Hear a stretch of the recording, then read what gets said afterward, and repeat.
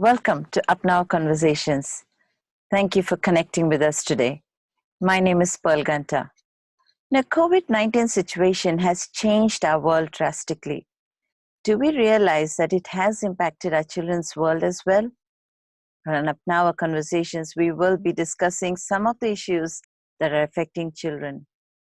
We are in conversation with Dr.vasupradha about children and mental health during COVID-19 lockdown.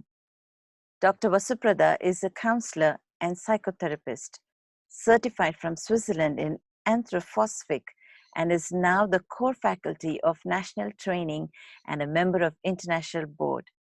She is the chief coordinator of Rotary Shamam, a mental health initiative for safe and happy communities.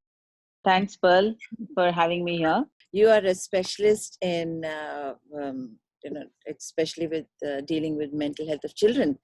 So, ma'am, how is this affecting children, especially during this time, during lockdown and COVID-19? Like all of us, they have never experienced this before. And maybe they would have heard parents usually say, get your homework done, do your things, and, the usual things. And they had this set routine wherein they would go to school, come back and go out to play. Now it's like suddenly there's no routine and there's a complete shift in routine, which is very new. And the same parents who have told them to be away from phones, to be away from anything called internet, now we are actually pushing them to sit in front of them because they are supposed to be get educated. So it's a completely new experience even for them, because they really don't understand what does COVID mean to them. How does a child understand the gravity of the situation? Some children are having a scheduled program, like they know what they're going to do. Mm-hmm. But do all children have that kind of atmosphere? How is it in different strata, economic strata? Let us assume that a child is just going to these not international schools or anything that is following an online kind of training for the children. And most of the schools are not doing it. The schools that are following the state syllabus, there's nothing for them. How many classes will a mother do for them?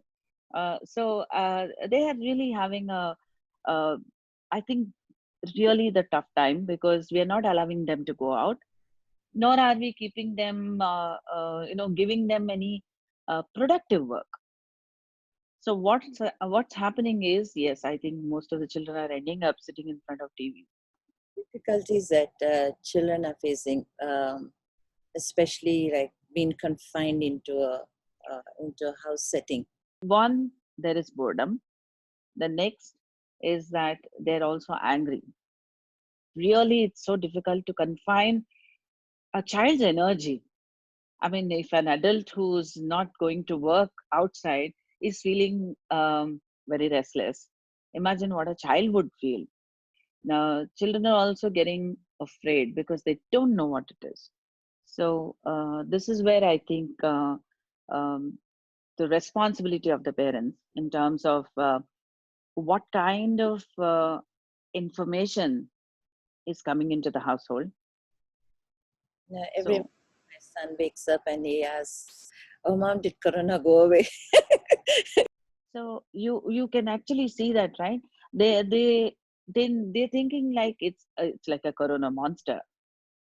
But can parents actually say that, okay, I made the monster go away? Right now, we're not able to.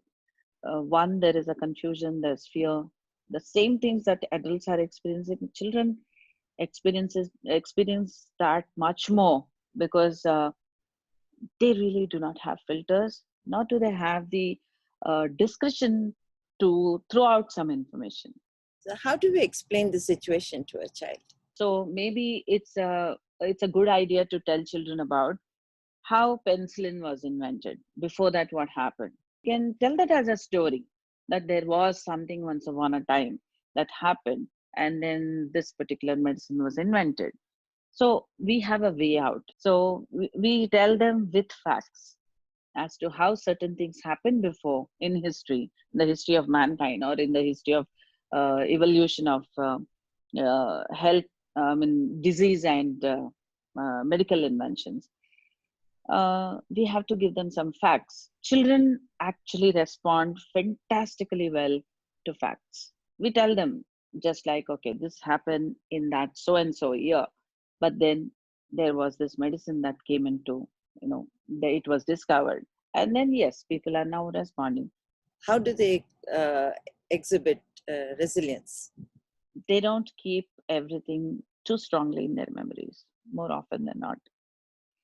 So what happens is, okay, they experience something, they're not going to brood over it, they're not going to analyze so much.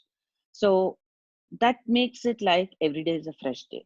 So it's like they're able to hit a reset button quite easily, and that's something that we need to take good advantage of. So make every day seem something exciting, because the more we as adults continue to talk about the same topic again and again, that becomes the difficulty for a child, because they are tuned to look at life in a much more the present way. We as adults have a lot of past hanging over our heads always, and of course we also bring in a lot of worries about the future. Child doesn't have all that. See, moms worry about a child not turning in the homework, but for a child it's like, okay, let tomorrow come, we'll deal with it. So they're blessed lots, so we need to take good advantage of it and really work with it. How do we engage children at this point? One of the best ways to engage children at this juncture, I think, is dealing with the obvious. That is, I think, taking care of the house, not really making it seem like a chore, but more like fun. Enjoy, do activities. I do see sometimes very interesting things, how parents are capturing, recording all their work, and then now we have the social media, of course, so parents talking about, okay, my child did this today. Somehow they feel encouraged, they feel that they are being acknowledged, appreciated. Don't give them something that baffles them. Give them small tasks which they can achieve and feel damn good about it. Then they will be inspired to start doing something more difficult. So give them something, take out old stuff, let them tinker with it, let them experiment and doing things together. Because see, we now, in a way, from the parents' perspective also, we have the advantage and maybe the privilege now to have our kids with us 24/7. So we need to make our best with the luxury that we have.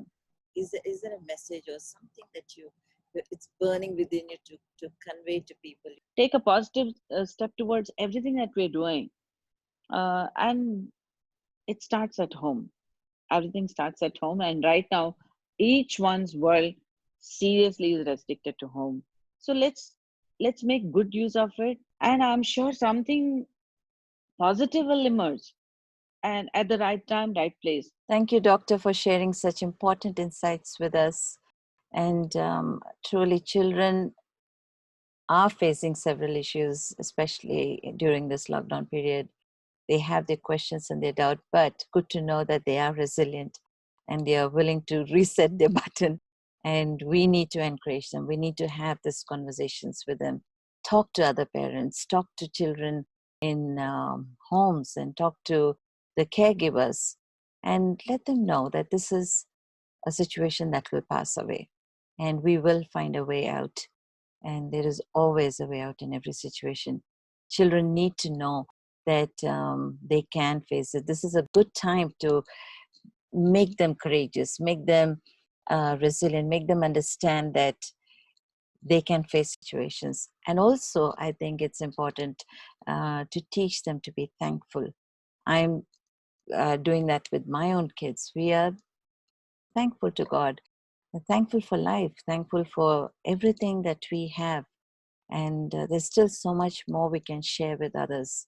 So let us pass on that good values to our children and to each other and lift each other up, and we can face this together. So thank you, APNAO friends, for watching this video. Please share it with others, share it on your timeline, do comment, and let us continue the conversations.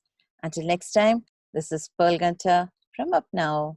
Nai Sonch, Naya Jeevan.